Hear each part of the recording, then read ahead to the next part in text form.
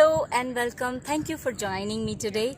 And today I have my friend, and she's actually my spiritual friend, and I am grateful that we can meet sometimes. I really wanted to take her comment about how the life is so beautiful when your energy is aligned with your life. So thank you so much for joining me today, and I just wanted to ask how the energy alignment work helps you in your life. Thank you. Thank you for the question. It's a beautiful question and something that we all should ask. So I feel that we all are made of energy, and we are in this universal bubble of energy. We have both positive and negative energy, and all of us can feel it time to time. But the challenge for all of us as human race is to be constantly tapped into that positive universal flow of energy that can help us grow, evolve, be happy in life. That is the challenge that's asked. So I know it is very challenging to be in that spirit all the time, but still, first of all, we need to really understand that the energy or the positive aspect of life that we're looking for is not somewhere outside, right? I mean, it's both outside and inside, but the journey has to really start to find that tap of positive energy within us.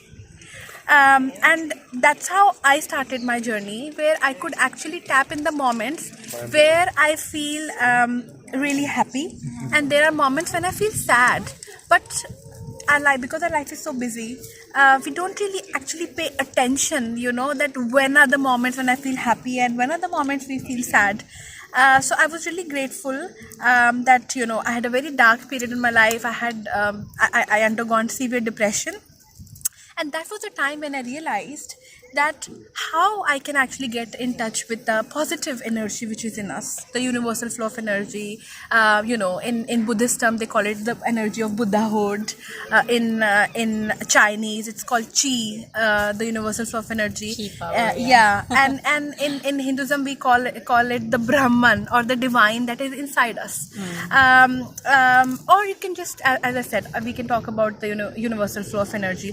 So that is the challenge, that how can we actually get in touch. So there are many ways that I did it.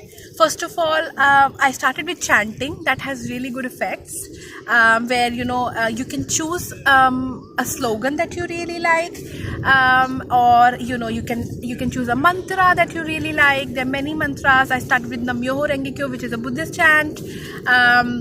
Or for example, that is one, I am happy with what I have. Constantly saying that really makes a lot of difference. So that is one way. Other good thing is what we're doing today. It's a beautiful sunny day in Ireland, in Dunleary, which is very unusual to have. And spending time with nature, we are within, we have sun, and we have sea, we have the environment, this beautiful place. You can show us around a little bit. And this spending time in nature actually helps in creating that flow that I was talking about, the energy which is within us, and then the outer source of energy, which is the nature, with the universe, connecting with the flower, with the birds, and how we can actually, join them together. So these are the two ways, which is, through chanting, through journaling,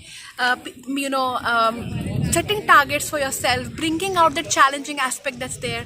So the inside energy comes out, and the second step is to actually, merge this inside energy with the outside positive energy which we can find in nature. I think that's something that I can say I did, I still do, we all try. Isn't it, Nandini, very hard when you are feeling really very, very low and sad, feeling to cry, and it's very hard to even make a call and say something that I need your help, and then when it is that much hard, it's at the same time very hard to start chanting and doing affirmation. So what is the first thing really helps you when you are going through under dark phase? The first one thing, because you said so many things, and I know I can feel, I can connect that what you're saying.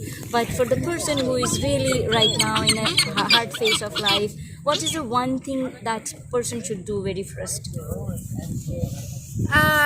So the first thing I know, what I talked about is the practice aspect that we all should develop, a spiritual workout, a spiritual practice that we need for our own soul, for our body. But how do we start? That's very important, especially when we are in the dark period of our life.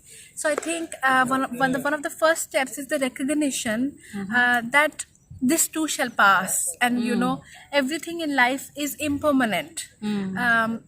We need to really hold this understanding very close to us every day. So I think that's the first step, that when you are with the problem, when you are with the challenge, when you are with the negative life state, you really need to know that this is not my true reality. This is not my true self, because our true self is to be happy. Our true self is always to be victorious. That is what, and we can feel it, right? Don't we all, when we are happy, feel, oh, this is how I am. We do the best, we give best to our relationships, we give best to our work, because that's our true reality. But when we tap into the negative source of the universe, or the negative aspect, which is also there for a purpose, because negative states bring you a challenge that you need to overcome and grow. So I mean, nothing in this universe is out of place, everything has a place. But when you are in it and you are really bogged down by it, just have this feeling, put it on a wall, on your vision board if you don't have one, that this too shall pass. That's one thing that I can say that really helped me. And the other thing, is to share it, is to have good friends. Very important to have Reach to people. Reach to people. If you don't have reach to people, make diary your good friend. Make sure that you journal it. You don't pocket thing inside, but you let it out.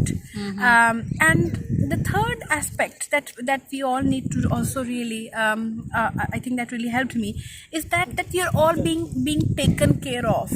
So don't make your difficulty just your own. Give it to the universe, right? So I think that's something that we have forgotten. Sometimes we get so much ingrained, sometimes so much we get engulfed in our difficult periods of our life, that we forget that there is a bigger universe, the cosmos, the galaxies, that is, being taken care of. Even a blade of grass, this tiny blade of grass is being taken care of by the universe. So give your problems to the universe. And I think that's something that, just, saying it, that I give this to you, it makes such a big difference. It really, it shows you the way. You'll find people, like I found people who can chant with me. I found mindfulness. It's nothing I did, but I was, as if I just asked the universe to please help me, and the universe just gave me the way. They told me, okay, you can go there, you can do mindfulness, you can do chanting, you can read. And so I think that's three things: to know the impermanence of life, to know that if this difficulty is there, it is there for a purpose, it has a purpose. And the third thing is just to, and of course, to have good friends, during, so that they can help you with that. And the last thing is just, not taking it too seriously, just giving it back to the universe. Yeah.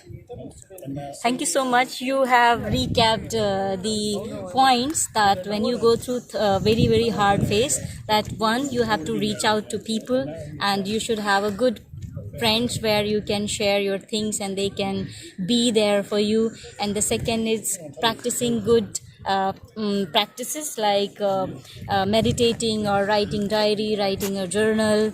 And third thing you mentioned about believing that it is not going to be permanent, everything is temporary in life. So when the good time passes, you don't realize, similarly this hard phase will also pass, it is not going to be permanent. So these are the 3 points Nandini has shared with us. But I would also like to know, Nandini, when you have overcome from that dark phase, do you feel that leveling up your energy has contributed in a massive way in achieving your victories, whichever were just holding on and you were not able to get out of your effort? Definitely. I mean, even if you will see, to make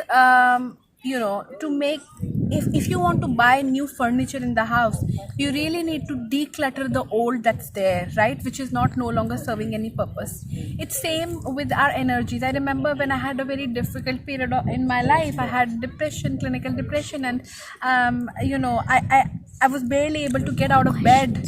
I used to think, oh my god, I can't really do anything. And I'm a doctoral student. I'm so much passionate research. I lost all my passion in my research. I used to think, oh, I can't really do anything. I should quit and go home, go back. And that was because my energy levels were so low. I was overwhelmed with the negative forces of energy. The not a very uplifting one. So when I, as I told you, it's of course it's a big. It will be a big answer, but as I told you that I really worked hard with different practices to uplift my energy, and I feel that I have come out very victorious. That period of my life has really opened a new door for me in both professional and personal world. When my energy, now that I feel that I have more energy, I have a natural tendency to evolve and grow. I have passion. I have developed passion for gardening, for example. I have a beautiful small garden. I'm learning piano. Maybe learning a new language, coming from a person who once thought that they could not even cook their one meal, because that's what low legacy energies does. So I definitely agree that when your energy is high, and when you are aligned with the universal flow of energy where you would like to contribute, that's also very important. Sometimes we have very high, universe gives us very high energy, but we waste it in chatter, we waste it in just gossiping, maybe just to earn money. There is no mission in life, that's very important. So if you have a mission in life, then way will automatically appear. And that is where we need to really use our higher energy to utilize it. So basically what I want to say is that definitely having a higher energy helps you in life, but having a higher energy should also motivate you to have a bigger aim in life, a mission that we are born for. Yeah, what I understood from your answer is after you have the good energy or high energy level, you get more clarity, and clarity for the mission, what you want, for the purpose, what you want from your life, and you also work towards it. Yeah. And you also know now nothing is like going back will sort out the problem, or only going back is only solution. Now because of your energy is up, you know now that since you are here, your purpose is here, your life is here, and you can do much more about your life wherever you stay. Definitely. So that kind of clarity, that kind of openness towards your mission comes. So yeah, I think it's wonderful, and thank you so much. And if you want to say something to the audience, anything that you want to say, that one thing that you feel that every one of us should know, just to be happy. Yeah, so the last words that I can say is something that I have on my vision board, that something really motivates me, is that let your aim of life should not be to find happiness, but to find a bigger mission for yourself. The highest aim that we all can aspire for, let you yourself define what is it, and just by doing that, just by progressing in achieving that aim, that will bring so much happiness. I think that's what I would say. Constant progress gives us happiness, and that is why we are here for, to evolve, to grow, to make this world a better place to live. Thank you. Thank you so much. Namaste. Bye bye. Talk to you soon. Take care. Thank you so much, Nandini, for being here for my audience. Bye bye.